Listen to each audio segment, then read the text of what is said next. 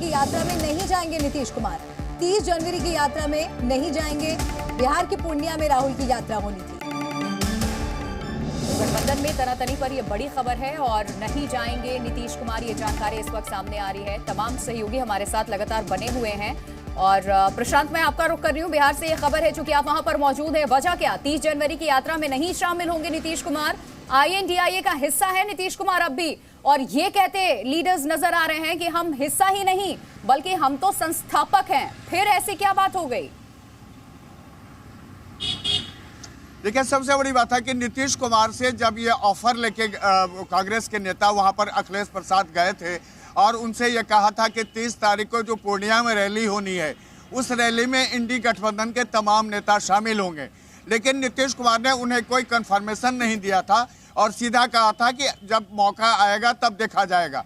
लेकिन बाद की जो स्थितियां हैं, जिस तरह से इंडी गठबंधन के अंदर नीतीश कुमार को लगातार इग्नोर किया गया। आपको याद होगा जब नीतीश कुमार ने जून में यहाँ पर बैठक की थी, उस समय जो इंडी गठबंधन के तमाम विपक्ष के नेताओं को एक साथ एक मंच पर लाने का श्रेय नीतीश कुमार को जाता था, लेकिन उसके बाद से नीतीश कुमार इसमें खुद को इग्नोर महसूस करने लगे। और यही बात वजह है कि निर्णायक नीतीश कुमार ने यह फैसला ले लिया कि वो पूर्णिया की रैली तो छोड़ दीजिए, वो इंडी गठबंधन के अब किसी भी बैठक में नहीं जाएंगे, ना ही अपनी कोई बात करेंगे। यही वजह थी कि जब वर्चुअल बैठक हो रही थी, उस बैठक में नीतीश कुमार ने सीधे तौर पर कह दिया था कि इंडी गठबंधन का कन्वेनर भी बनाना हो तो कांग्रेस अपनी तरफ से बना ले। उन्होंने ये नहीं कहा कि किसी दूसरे पार्टी से कन्वेनर बनाया जाना चाहिए।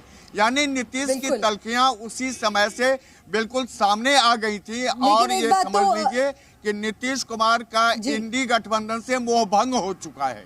जी, और एक और बड़ी खबर मिल रही है, प्रशांत किशोर का नीतीश कुमार पर बड़ा हमला।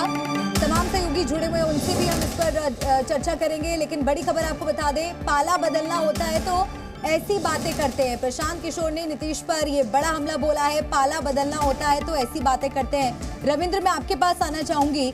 पहले हम लोगों को सुनाते हैं, दर्शकों को सुनाते हैं कि क्या कुछ कहा उन्होंने। चलिए ना, नीतीश कुमार के बात को आप लोग, नीतीश कुमार जब जहां हैं उसके हिसाब से बात करते हैं। जब भाजपा के साइड जाना होगा तो परिवारवाद दिखने लगेगा, जब भाजपा को छोड़कर लालू जी के साथ जाना होगा तो उनको संप्रदायवाद दिखने लगता है।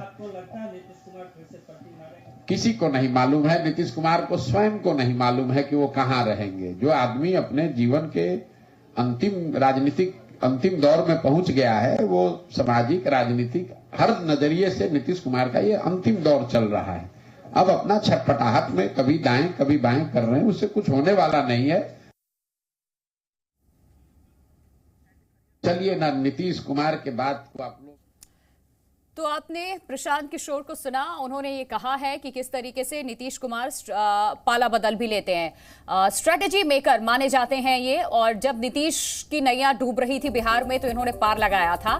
पहला संकेत आपको बता दें, गठबंधन टूटने का जो है वो क्या है? नीतीश कुमार का परिवारवाद पर प्रहार, कल जिस तरीके से नीतीश कुमार ने बातें कही थी। दूसरा ये संकेत है कि लालू की बेटी का इशारों में नीतीश पर हमला, इसी वजह से कयास लगाए जा रहे हैं कि क्या ये गठबंधन टूट सकता है। वहीं तीसरा संकेत, कैबिनेट की बैठक में तेजस्वी नीतीश की दूरी। तो ये संकेत लगातार हम आपको बता रहे हैं। बिहार की पूर्व डिप्टी सीएम रेणु देवी हमारे साथ फोन लाइन पे जुड़ चुकी हैं। रेणु जी, सत्ता में आप भी रही हैं, ये जो बातें नीतीश कुमार की तरफ से या फिर रोहिणी आचार्य, लालू प्रसाद यादव की बेटी की तरफ से जो पोस्ट लगातार किया जा रहा है, आपसे जानना चाहेंगे क्या एक बार फिर ये गठबंधन टूट के कगार पर है?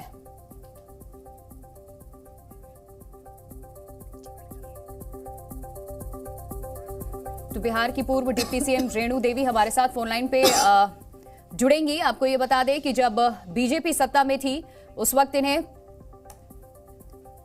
कुर्सी की कमान सौंपी गई थी, लेकिन बिहार की राजनीति से जुड़ी हर खबर लगातार हम आप तक पहुंचाते रहेंगे। तमाम सहयोगियों का शुक्रिया हमारे साथ जुड़ने के लिए, अपडेट पहुंचाने के लिए।